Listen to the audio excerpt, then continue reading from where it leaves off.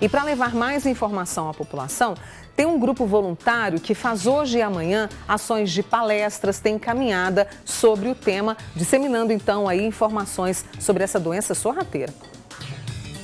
Foi da noite para o dia que a Thalita descobriu trombofilia há 13 anos. A perna ficou inchada, bastante inchada. É um inchaço assim importante, porque não é uma coisa simples. Eu não consegui nem vestir a calça.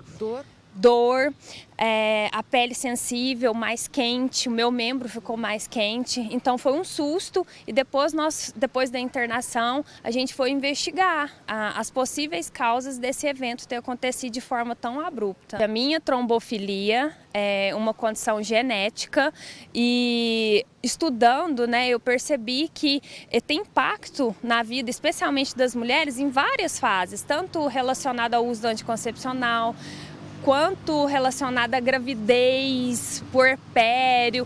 E lá com 40, 50 anos, quando a gente entra na menopausa, também vai ter impacto por causa do uso de alguns hormônios. Ela se conectou com muitas pessoas na mesma condição. Hoje nós temos o grupo, que é um grupo que chama Circulando Vida. A gente se reúne para falar sobre questões de promoção de saúde, qualidade de vida, bem-estar, porque traz impacto para a nossa vida, tanto na questão da saúde física quanto na questão da saúde emocional. E esse grupo está promovendo hoje, sexta-feira e amanhã, uma série de atividades que são abertas à população. Hoje tem ciclo de palestra no auditório Cícero Diniz. Conta pra gente dessa iniciativa, Thalita.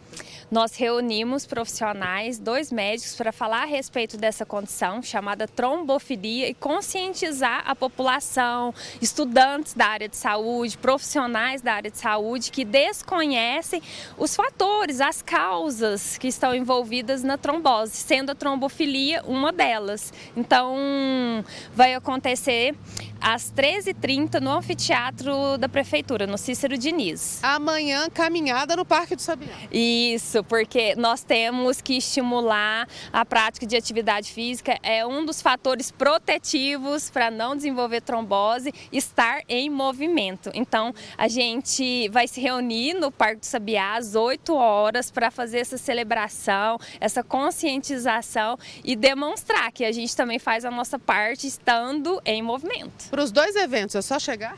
Exatamente. Para o evento da Prefeitura, a gente precisa de uma inscrição, porque o local ele tem um número limitado de pessoas, que comportam lá no anfiteatro. No Parque do Sabiá é só chegar, nós vamos estar com a camiseta, chega, faz parte, vamos conversar e trocar ideias a respeito desse assunto. Inscrição pode ser feita de que maneira? É através de um link no site www.thalitamara.com.br. Muito bem, então se inscreva, tá? Qualquer coisa me pergunte aqui.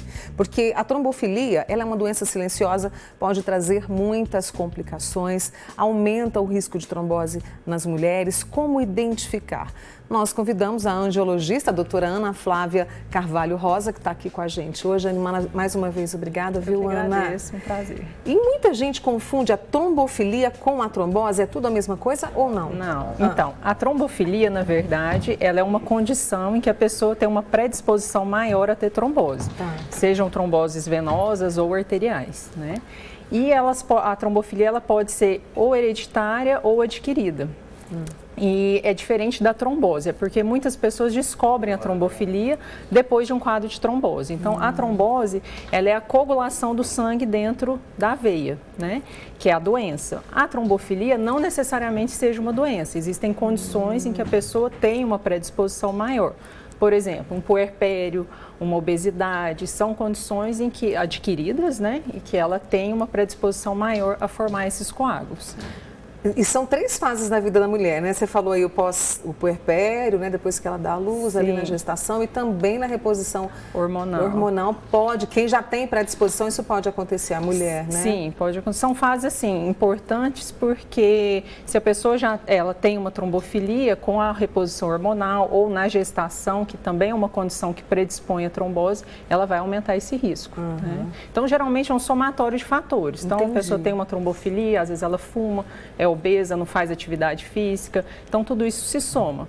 E dentro das trombofilias adquiridas, a gente tem algumas doenças também. Câncer, doenças autoimunes, tem a SAF, que é síndrome do anticorpo antifosfolípido, que algumas pessoas conhecem, e também é uma doença que predispõe aí a um quadro de trombose, tanto arterial quanto venosa. E aí, no caso, é característico das mulheres ou não? Os homens também podem passar? Não, os homens também, né? Então não tem essa diferenciação de sexo. É porque as mulheres, às vezes pela reposição hormonal, pelo uso de anticoncepcionais, acabam tendo esse risco aumentado. Né? E aí, no caso, com esse dia de conscientização, né, de informação, há como prevenir, como identificar, principalmente aquelas que já têm algum caso? O que é possível fazer, Ana Flávia? Então, como eu disse, a maioria acaba descobrindo, infelizmente, quando já tem o quadro de trombose, né? Então, eu sempre falo que o mais importante é, por exemplo, vai começar um anticoncepcional, fazer uma consulta, uma avaliação minuciosa, antecedentes familiares, pessoais, para avaliar o risco que essa mulher tem de ter. E toda paciente que usa tem que saber que existe esse risco. Os anticoncepcionais têm estrogênio, né? Só progesterona não. Então, assim, não só para o uso de anticoncepcional, mas tem um antecedente familiar, fazer uma avaliação vascular ou uma avaliação hematológica para ver esse risco de trombofilia, né? Se tem esse antecedente. Mas não são todas as pessoas que têm indicação de fazer todos os exames de trombofilia. E, por exemplo, pode prejudicar muito a mulher que está tentando engravidar, né? Se isso não for descoberto, não for avaliado, não tiver o acompanhamento. Sim, porque muitas descobrem também depois de abortos de repetição, né? Então, tem quadros de microtromboses e aí vai fazer a investigação e descobre que tem uma trombofilia hereditária. E diante disso, como tratar? A trombofilia, na verdade, assim, as adquiridas, né? Então a gente minimiza esses riscos. O paciente obeso, sedentário, então a gente minimiza através do controle desses fatores, né? A hereditária, na verdade, não tem como a gente tratar, né? O que a gente tem é fazer uma profilaxia, uma prevenção nas situações de risco, né? Então, por exemplo, na gestação, tem pacientes que têm indicação de usar anticoagulante durante toda a gestação, né? Vai fazer uma cirurgia que tem que ficar muito tempo parado, de repouso, também é um fator de risco. Então, se o paciente é trombofílico, a prevenção dele é diferente do paciente que não é trombofílico, né? Então, a gente tem que trabalhar essa questão da prevenção para identificar esses fatores e evitar um outro quadro, né? Ou um primeiro quadro de trombose. Deixa eu trazer aqui uma pergunta da nossa amiga que está participando, a Luciene, lá de Uberaba, Ana. Ela falou: Mônica, tenho 3 filhos e o último médico me falou que eu não poderia engravidar por ter uma grave chance de trombose. Aí ela trouxe alguns sintomas aqui que eu gostaria que você comentasse. Ela falou que ficou com as pernas e pés muito inchados e sentindo dor. A gente sente alguma coisa em relação à trombofilia? Como é que você vê essa situação dela aqui? A trombofilia não, né? Ela não é sintomática. Ela não tem, né? Então, ela vai sentir se ela tiver um quadro de trombose. A trombose, né? O que são os principais sintomas, né? O clássico, dor e inchaço numa perna só. Eu falo, até brinco, que se você tiver inchada as 2 pernas, dificilmente vai ser trombose, porque é muito raro você ter trombose ao mesmo tempo nas 2 pernas. Então, quadro clássico, dor, inchaço uma perna só, é o que chama atenção para a gente investigar, né? A dor, né, o inchaço nas 2 pernas, aí tem que ver o que aconteceu, se ela fez alguma viagem, se é aquele inchaço no final do dia, às vezes pode ser uma insuficiência venosa, né, associada com varizes, então aí tem várias causas, por isso que cabe essa avaliação minuciosa para tentar identificar qual que seria a causa, né? Mas só por isso e falar que ela não pode, né, engravidar... Precisa ser avaliar, né? Mais detalhadamente, né? E aí, no caso, nesse dia 5 de maio, que é um dia mundial de conscientização, aqui em Uberlândia a gente tem essa programação, né? Nós estamos muito longe ainda desse cuidado necessário que você trouxe? Ah, sim, porque falta muita informação também, né? Falta informação e eu falo que, assim, o nosso papel, assim, como médico é justamente levar essa conscientização da população de forma segura, sem alarmar também, porque também tem essa questão do alarde em relação à trombose, né? Então, a gente tem que tentar acalmar, mas orientar.